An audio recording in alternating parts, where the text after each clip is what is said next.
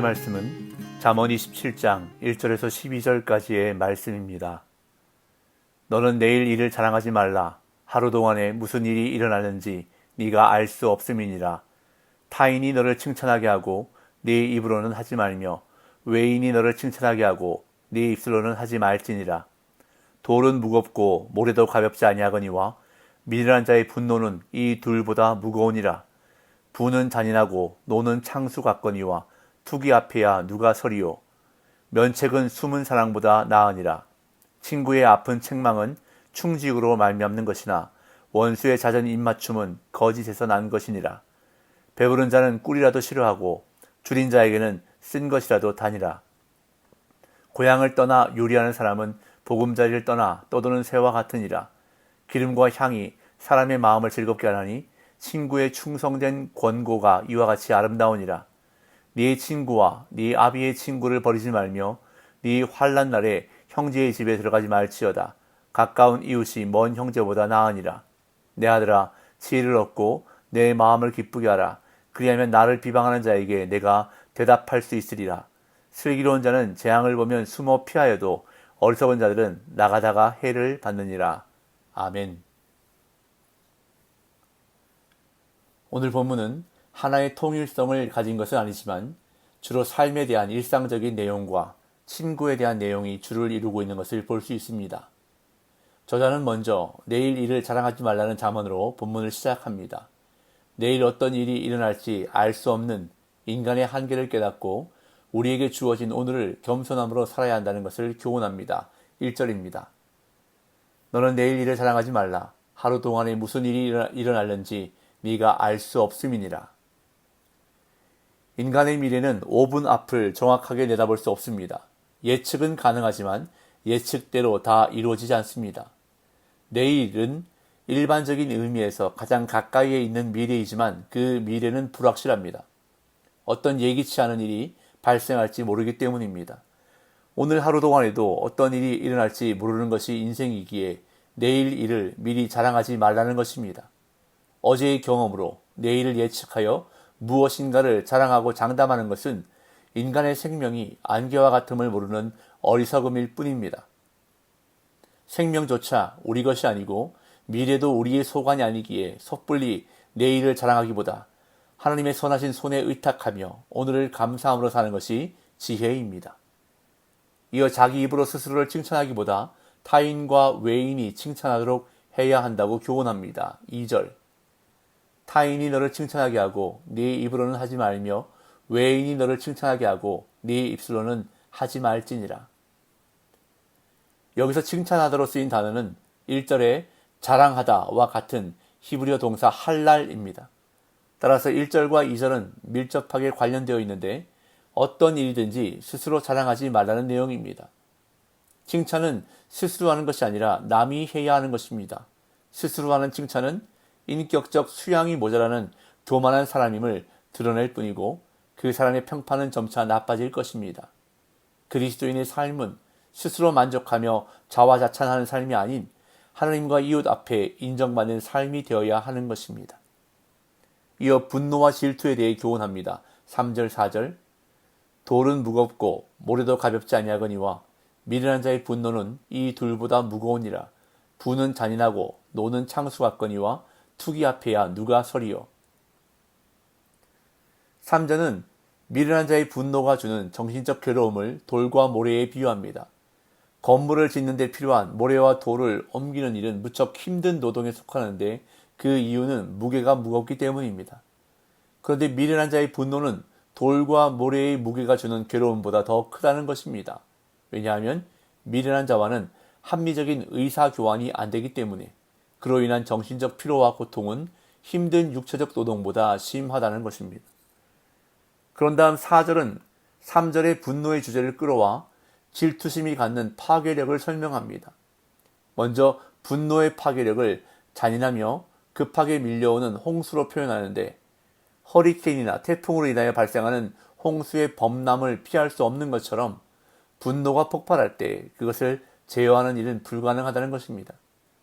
그런데 분노보다 더 큰 파괴력을 지닌 것이 질투라는 것입니다. 질투를 막기 위해 그 앞에 서 있을 수 있는 자는 없다고 단언하면서 질투는 분노보다 파괴력이 더 크다는 것을 교훈합니다. 이어 면책이 숨은 사랑보다 낫다고 교훈합니다. 5절 6절 면책은 숨은 사랑보다 나으니라. 친구의 아픈 책망은 충직으로 말미암는 것이나 원수의 잦은 입맞춤은 거짓에서 난 것이니라. 5절에서 말하는 면책이란 드러내놓고 꾸짖는 것을 말하고 숨은 사랑이란 드러내지 않고 표현하지 않은 사랑을 말합니다. 즉 면책이 숨은 사랑보다 낫다는 말은 사랑에서 비롯된 꾸짖음이 표현하지 않은 사랑보다 낫다는 말입니다.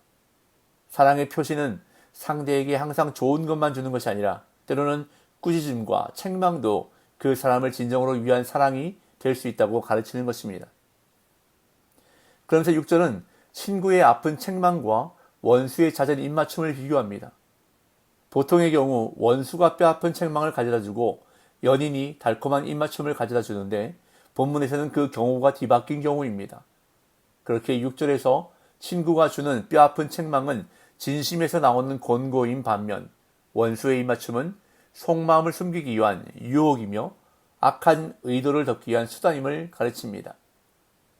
이어 배부른 사람은 꿀이라도 싫다 하고 배고픈 사람은 쓴 음식이라도 달게 먹는다고 교훈합니다. 7절 배부른 자는 꿀이라도 싫어하고 줄인 자에게는 쓴 것이라도 다니라.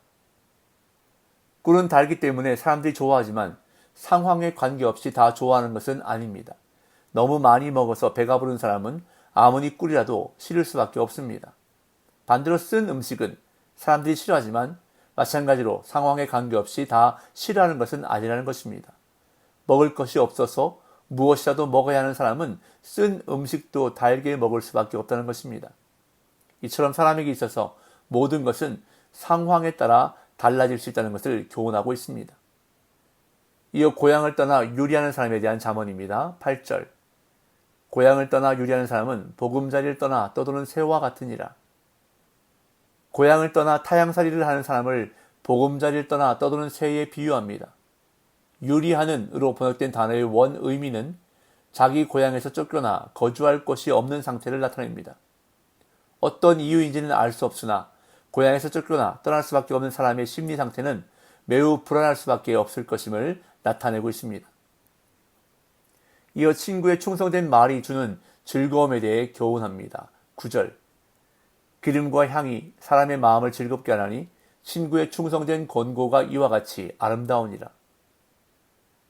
친구의 충고를 기름과 향에 비유하여 그 아름다움의 가치를 잘 표현하는데요.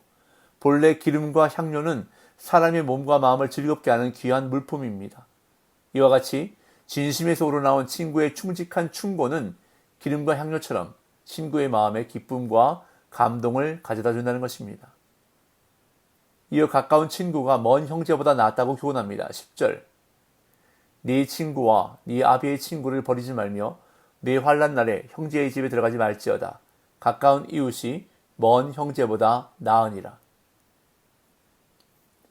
친구의 가치는 충고에 그치는 것이 아니라 친구가 이웃 사촌이 되어 구체적인 도움을 주는 예를 설명합니다. 네 친구와 네 아비의 친구를 버리지 말라는 말은 친구란 세대 간을 넘어서 지속되는 소중한 존재임을 말해주는 것입니다. 진정한 친구란 세대를 넘어서고 진정한 친구 사이는 형제보다 더 소중합니다. 따라서 환난을 겪을 때 멀리 있는 형제보다는 가까운 이웃, 즉 친구가 낫다고 말하면서 가까이에 있는 사람과 잘 사귈 것을 교훈합니다. 이어 저자는 다시 아들에게 지혜를 얻을 것을 교훈합니다. 11절 12절 내 아들아 지혜를 얻고 내 마음을 기쁘게 하라. 그리하면 나를 비방하는 자에게 내가 대답할 수 있으리라. 슬기로운 자는 재앙을 보면 숨어 피하여도 어리석은 자들은 나가다가 해를 받느니라. 11절을 쉬운 성경은 이렇게 번역하고 있습니다. 제가 읽어보겠습니다. 내 아들아 부디 지혜를 깨우쳐서 내 마음을 기쁘게 해다오. 그리하면 나를 경멸하는 자에게 내가 할 말이 있을 것이다. 아들은 자신의 성숙한 모습으로 아버지를 공격하는 자에게 아버지의 성공적인 훈육과 품성을 입증해 보일 수 있을 것이라는 의미입니다. 이어 슬기로운 사람은 재앙을 보면 숨어 피하지만 어리석은 사람은 고집을 부리고 나아가다가 해를 받는다고 12절은 교훈합니다. 이처럼 참된 지혜는 재앙을 대비하는 것입니다. 그리고 재앙을 대비하는 가장 확실한 방법은 하나님을 경외하는 것입니다. 우리는 삶을 스스로의 힘으로 꾸려갈 수 없습니다. 당장 내일 어떤 일이 일어날지 알 수 없는 것이 바로 인간의 한계입니다. 그렇게 하나님을 경외하며 하나님을 의지하며 오늘의 최선을 다하며 살아가야 하는 것입니다. 오늘 이 하루는 하나님께서 우리에게 주신 가장 큰 선물 가운데 하나입니다. 이 하루를 소중히 여기며 오늘도 하나님을 기쁘시게 하는, 그리고 하나님만 바라보며 겸손하게 살아가는 복된 날 되시기를 예수님의 이름으로 축복합니다.